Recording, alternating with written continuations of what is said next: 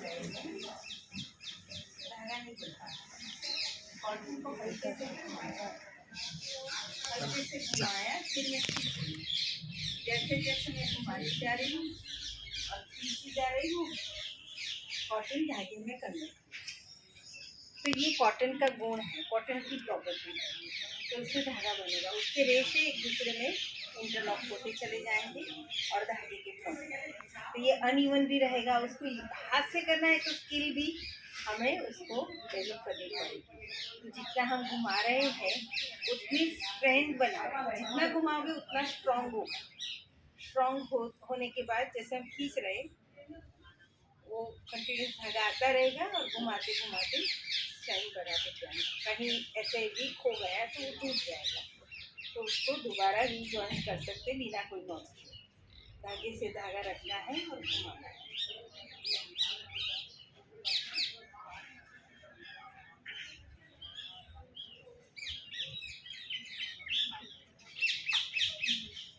जो काम हम हाथ से कर रहे हैं वही देखो जुड़ गया। जो काम हम हाथ से कर रहे हैं वही चरखे में करेंगे। थोड़ा नजदीक आ जाओ, आप आ जाओ नजदीक। आप पीछे बैठे हैं, ग्रुप में मत बैठो, थोड़े नजदीक आ जाओ।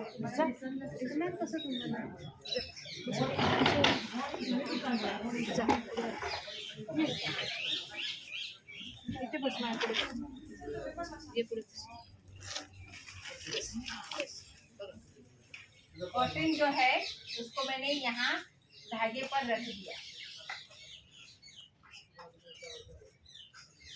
ये कॉटन का स्पिंडल का ऊपर जो लगा हुआ धागा है उसको पकड़ो, इसको हाँ घूमे नहीं। कॉटन पर मैंने धागा रख दिया। ओके, समझ गए सब लोग? अब धागे को देखो, जो रखा है ना हमने उसको देखो, देख रहे हो आप? जुड़ गया और घुमाने से स्ट्रॉन्ग बनेगा। फिर हम उसको डिपॉजिट करते जाएंगे। जैसे जैसे हम खींचते जाएंगे वही धागे में कन्वर्ट होता चला जाएगा। तो मेरा एक हाथ काम कर रहा है घुमाने का, one and I am using for rotation, okay, और दूसरा हाथ मेरा खींचने का काम कर रहा है। एक ही समय में दोनों हाथों की मूवमेंट अलग अलग है। ये दो हाथ की नहीं, ब्रेन प्रैक्टिस है, ये मल्टीटास्किंग है, इससे कंसंट्रेशन बढ़ेगा ही। Gandhi ji never said that. Gandhi ji ने कभी ये नहीं कहा कि आप ये काम करो आपका कंसंट्रेशन बढ़ेगा। गांधी जी का मूल उद्देश्य यही था कि हर एक हाथ को काम मिले, decentralize production by masses, again the mass production. हर एक हाथ को काम मिले, स्वावलंबी जीवन जिए। वस्त्र स्वावलंबन की बात उन्होंने चरखे के द्वारा की। गांधी जी हर रोज चरखा चलाते थे, उनका ओरिजिनल चरखा उस कमरे में है। तो गांधी जी हर रोज चरखा चलाते थे और हर किसी को यही कहते थे कि जब भी आप चरखा चलाना शुरू करो, ऐसे जैसे व्हील घूमता है अंदर का चक्र भी घूमना चाहिए, नाम स्मरण चालू हो जाना चाहिए। उनके लिए साधना थी। हर एक तार में गांधी जी दरिद्र नारायण का दर्शन करते। तो गांधी जी का पूरा जीवन जो है वो इस सोच के लिए चला गया कि कैसे किसी की तहे दिल से मदद कर पाए। तो जैसे उन्होंने 21 साल साउथ अफ्रीका में बिताए, वापस लौटने पर भारत भ्रमण कर रहे थे, तभी वो देख रहे थे कि कॉटन तो बड़े पैमाने में गाँव में खेतों में हो रहा है। उनको बड़ा ताज्जुब हो रहा था कि लोगों के पास इनफ कपड़े क्यों नहीं है। उनको पता चला ब्रिटिश गवर्नमेंट किसानों को ये कहती है कि आप अनाज कम उगाओ, कॉटन ज़्यादा। अनाज हमें बाहर के देशों से मंगवाना पड़ता। कॉटन जो बड़े पैमाने में बिकता था, गांसरी की गांसरी भर भर के, स्टीमर भर भर के मुफ्त के दाम में विदेश चला जाता। किसानों को इतना पैसा नहीं मिलता था, बिल्कुल मुफ्त खरीदी कर लेते थे और विदेश भिजवा देते थे। यहाँ इतने सारे लोग बेरोजगार हैं पर सफाई का काम तक वहाँ होता है विदेश में। वापस जब कॉटन साफ सुथरा करके वहाँ जो ठंडे प्रदेश में वूल मिक्स करके वापस जब आता था, वो लोग तगड़े दाम लेते थे। कपड़ा बन के आए, कॉटन आए, वो मटेरियल हमारा साफ सुथरा है। गांधी जी कह रहे थे हम गरीब हैं, ऐसे तो हम और भी गरीब होते चले जाएंगे। इसका हल उन्होंने ढूंढा कि चरखा मैंने देखा हुआ था बचपन में, कभी चलाया नहीं था। चलाना सीखे और फिर हर रोज 4-4 घंटा प्रैक्टिस के बाद वो समझ गए कि काफी देरी पड़ती है, कब जाके एक धागा बनेगा, कब जाके कपड़ा बुनाई होगा। उन्होंने नए चरखे के लिए घोषणा की कि जो नया चरखा अच्छा जड़ भी काम करे, ऐसा कोई डिजाइन करेगा उसको हम इनाम 5,000 रुपये देंगे। गांधी जी के साथ काफी लोग जुड़े हुए थे। उन्होंने कहा 5,000 नहीं, हम 1 लाख रुपए तक देने के लिए। तो बहुत सारे चरखे नए डिजाइन हुए। इस आश्रम को जब 100 साल पूरे हुए, हमने अलग अलग प्रांतों के चरखे की प्रदर्शनी रखी। आगे आप जाएंगे, वो है मगन भाई का निवास स्थान। मगन भाई इस आश्रम के मैनेजर थे। मगन भाई जिन्होंने मकान डिजाइन किया, मगन भाई जिन्होंने नए नए चरखे डिजाइन किए, तो इसे भी मगन चरखा ही कहते हैं। मगन चरखा भी मैं आपको दिखा ही दूँ कैसे चलता है, जो कहीं पर भी ले जाने में कितनी सहूलियत होती है। ये कलेक्टिंग व्हील है, उसको ऐसे फिक्स करके इसमें सारे धागे कलेक्ट किए जाते हैं ऐसे, फिर उसकी आटी बनती है जो गांधी जी को माला करते हैं।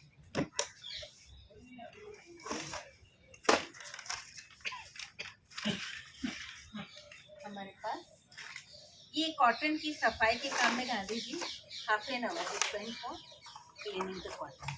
इसे कहते हैं आटी। आटी जो वीवर के पास जाएगी, ये सारे धागे यहाँ इकट्ठा करके हमने ऐसे बंडल बनाए हैं जो वीवर के पास जाएंगे वीविंग मशीन में कपड़ा तैयार। इसे कहते हैं ड्रॉप स्पिंडल। तकली तकली तकली नाम तो सबने सुना होगा, तो तकली का आता है। संत विनोबा जी जो यहाँ रहे उस घर में, वो हर रोज सिर्फ तकली से कताई करते थे। नाम उनका भी चालू रहता।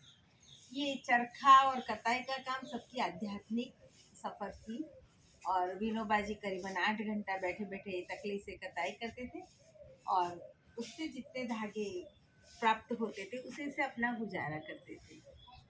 तो काशी विश्वविद्यालय में जब पढ़ने के लिए गए, तो उनका जो रूटीन था उसमें उन्होंने मूंगफली छेक डाली। बोले अब परवड़ेगी नहीं क्योंकि पढ़ाई का खर्चा उठाएंगे। तो तकली से इतने पैसे नहीं मिलते थे जिससे आराम से निभा हो पाए। तो यहाँ एक हुक जैसा रहता है, हम जैसे घुमाते हैं वो धागा बनने का शुरू हो जाता है।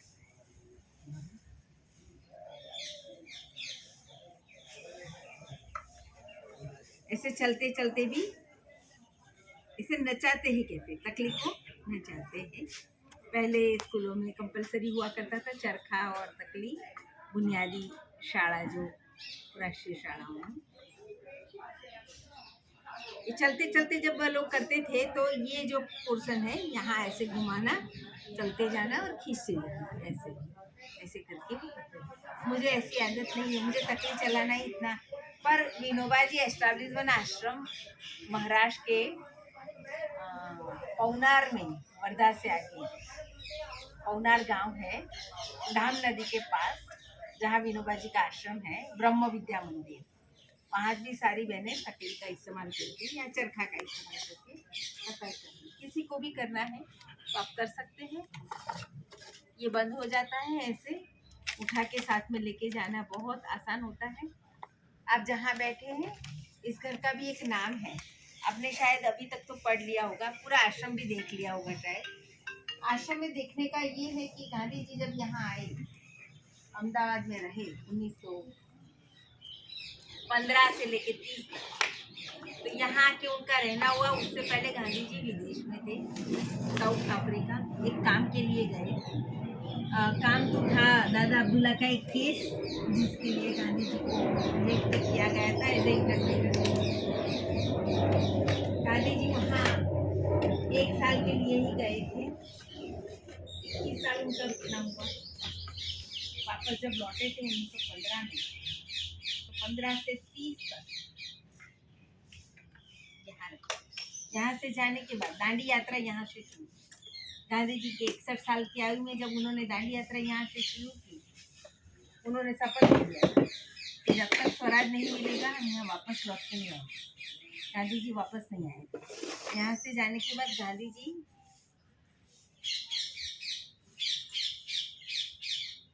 दांडी में रुके, जेलवास हुआ, फिर जाके महाराष्ट्र में 3 साल शुरुआत के वर्धा में ही रहना हुआ।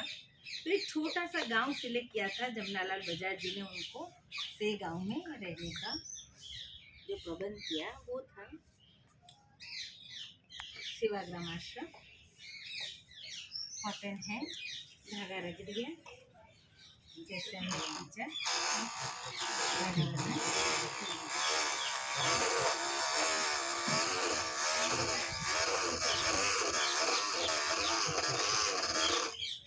यहाँ 3 गैलरी है, आप आगे जाएंगे, पहली गैलरी आएगी गांधी जी अहमदाबाद में।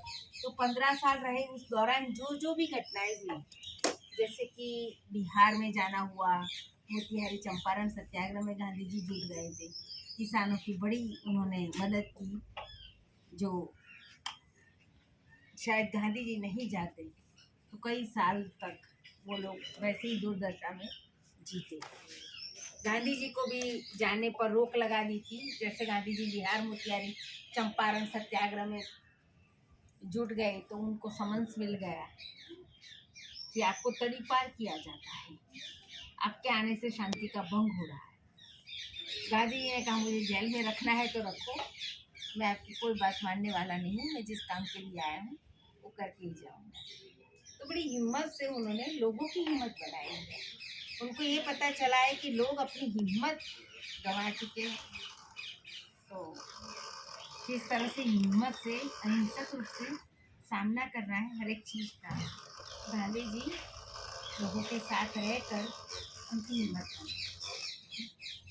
3 कठिया की जो पद्धति थी, बड़ी दुर्दशा थी बिहार में, वो उन्होंने बंद करवाई और उनको हक दिया।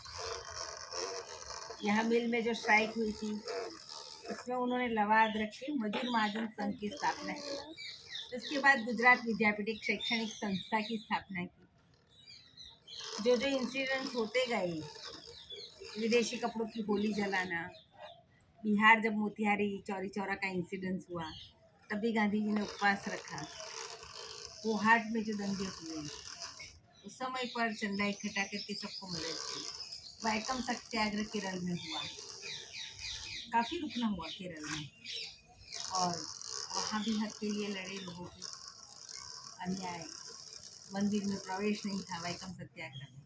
दांडी कूच के समय पर गांधी जी की उम्र रही है 61 साल की आयु में पैदल यात्रा थी वो 241 माइल्स। 2400 टका टैक्स था नमक पर। नमक के टैक्स के विरोध में जब उन्होंने यात्रा यहाँ से आरंभ की, अब उनको ऐसा था कि मैं जिंदा वापस नहीं आऊँगा, कौवे कुत्ते के मौत मरूंगा, लेकिन स्वराज लिए बिना यहाँ वापस लौटना नहीं चाहते थे गांधी जी। तो गांधी जी वापस आए भी नहीं, फिर तो महाराष्ट्र में ही बस गए। ये घर 107 साल पुराना, बिल्कुल जैसा बना है वैसा ही है। गांधी जी के आश्रम में हर कोई नहीं जुड़ सकता। गांधी जी के आश्रम में अगर जुड़ना चाहो तो एक आचार संहिता गांधी जी ने खुद अपने हाथों से लिखकर तय की थी, तो वो आप वहाँ देख पाएंगे। आश्रम की स्थापना गांधी जी ने कब की है, आश्रम की स्थापना का उद्देश्य क्या है, और आश्रम में जो लोग उनके साथ जुड़ेंगे वो सत्य, अहिंसा, ब्रह्मचर्य, अस्वाद, अस्तेय, अपरिग्रह। Gandhi ji include 6 more for freedom. Total 11 rules compulsory for all followers for world. अंदर जो है वो चरखा है जो गांधी जी को भेंट मिला था। उन्होंने आत्मकथा में पूरा एक प्रकरण, आत्मकथा यहाँ बैठ के लिखी है। करीबन 50 साल की आयु रही होगी जब गांधी जी आत्मकथा लिख रहे हैं, तो बचपन का जो जो याद आ रहा है वो लिख रहे हैं। फिर उन्होंने पॉलिटिक्स में काफ़ी इन्वॉल्वमेंट था, तो कहा कि मेरा जीवन इतना अधिक सार्वजनिक हो गया है कि अब ऐसी कोई बात है नहीं कि जो जनता जानती ना हो। ये कह के उन्होंने आत्मकथा पूरी नहीं लिखी थी, 1921 तक की बात काफ़ी कुछ है, और वो चरखे की पूरा चैप्टर लिखा हुआ मिला करके चरखे की बात। एक विडो लेडी थी, विधवा बहन, जिनका नाम था गंगाबेन मजूमदार, जिन्होंने गांधी जी को गिफ्ट किया था वो चरखा, और एक पंजाबी महिला जिन्होंने गांधी जी को वो चरखा भी चलाना सिखाया। अंदर जाएंगे, कस्तूरबा का खंड है। Next to Kasturba room ladies guest room, kitchen में आप देख पाएंगे कुछ बर्तन हैं जो यूटेंसिल्स गांधी जी इस्तेमाल करते थे। पत्थर की थाली, लकड़ी की थाली, यरोड़ा जल में भी इस्तेमाल किया, बड़ा सा पानी का घड़ा रखने की जगह। ओरिजिनल में तो उनकी वॉकिंग स्टिक वगैरह है ही। अस्थि तो नदी में बहा दिए गए। विनोबा जी जो गांधी जी के साथ यहाँ रहे, लेकिन 21 साल की आयु में यानी कि 1916 में गांधी जी से जुड़ गए थे। वर्धा वर्धा तो बाद में गए, पर शुरुआत में किराए के मकान में जहाँ गांधी जी रह रहे थे वहाँ ही विनोबा जी उनसे भेंट की और आश्रम वासी बन गए। कुछ समय ही यहाँ रहे हैं, क्योंकि उनको यहाँ से फिर काशी विश्वविद्यालय में पढ़ाई के लिए भी गए, संस्कृत अभ्यास के लिए। लास्ट में जो घर है वो नंदिनी गेस्ट हाउस है। विनोबा जी के जाने के बाद एक महिला आई थी जिनका नाम था मेडेलिन स्लेड। गांधी जी उनको मीरा कहते थे। वो भी काफ़ी लंबा समय तक रहे, करीबन 34 साल इंडिया में रहे। मीरा नाम गांधी जी का दिया हुआ था। गांधी जी तो 3:30 बजे उठ के वॉक पे जाते थे। 4:20 को प्रार्थना जो करते थे, काफ़ी महाराष्ट्र के लोग गांधी जी के साथ जुड़े थे। उसमें सबसे मेन जो जिनसे आश्रम की शुरुआत होती थी वो थे पंडित नारायण मुरेश्वर। वो विष्णु दिगंबर पुरेशकर के शिष्य थे। तो पंडित नारायण मुरेश्वर खरे म्यूजिक टीचर थे आश्रम में, और आश्रम में पूरे परिवार के साथ जुड़ गए थे। उनकी बेटी मथुरी बहन खरे भी काफ़ी लंबे समय तक प्रार्थना के भजन में जुड़ी। तो सुबह 3:30 बजे गांधी जी उठ के वॉक पे जाते थे, चलने जाते थे।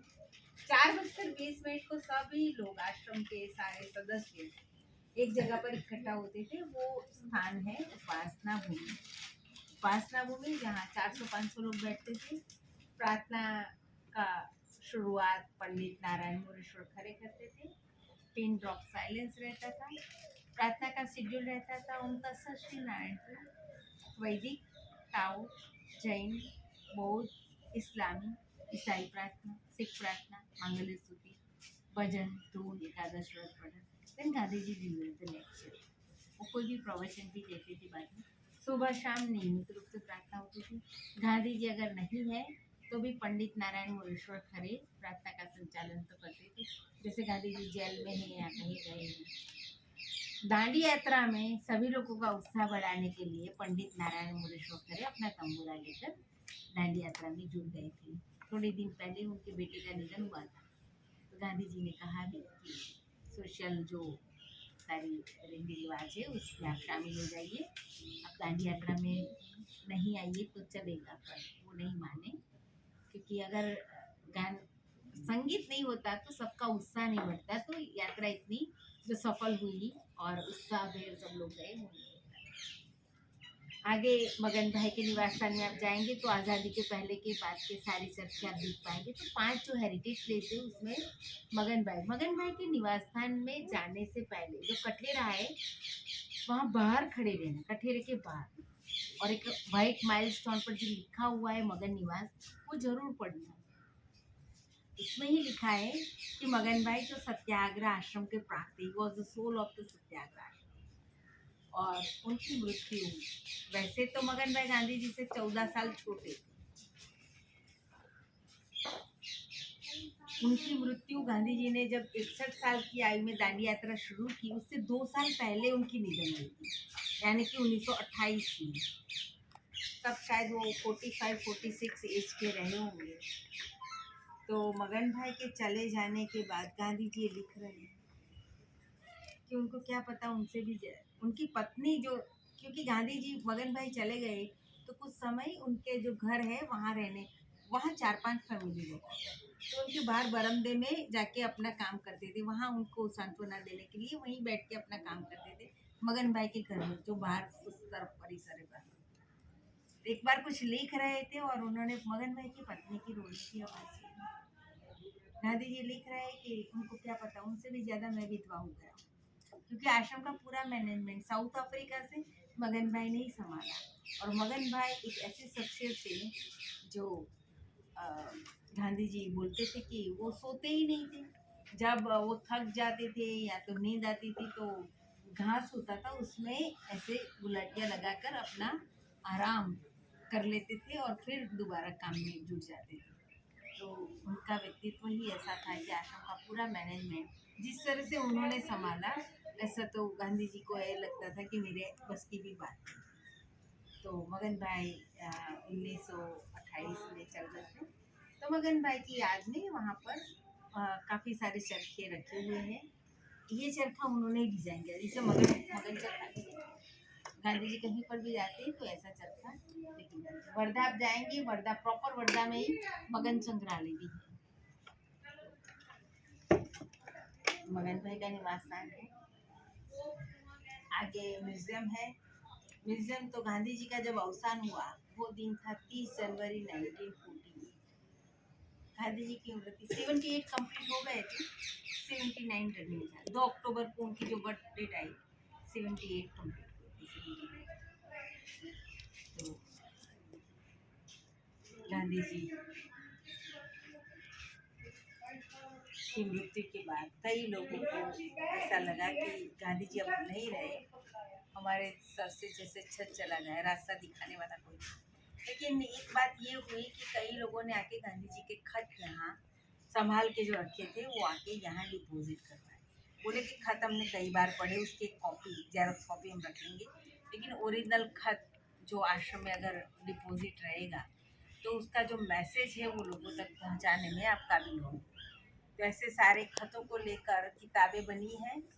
34,111 खत कलेक्ट हुए हैं गांधी जी के अवसान के बाद, और किताबें हैं collected works of Mahatma Gandhi 100 volumes, संपूर्ण गांधी वाग्मय, गांधी जी ने अक्षर दिन गुजराती, और उसी का मराठी में भी ट्रांसलेशन हुआ है। तो एक वेबसाइट यहाँ से लॉन्च हुई, वो बाद में जाएगी 2012 में, और उससे पहले किताबों के फॉर्म में और सीडी के फॉर्म में गांधी जी के खत हमें प्राप्त थे।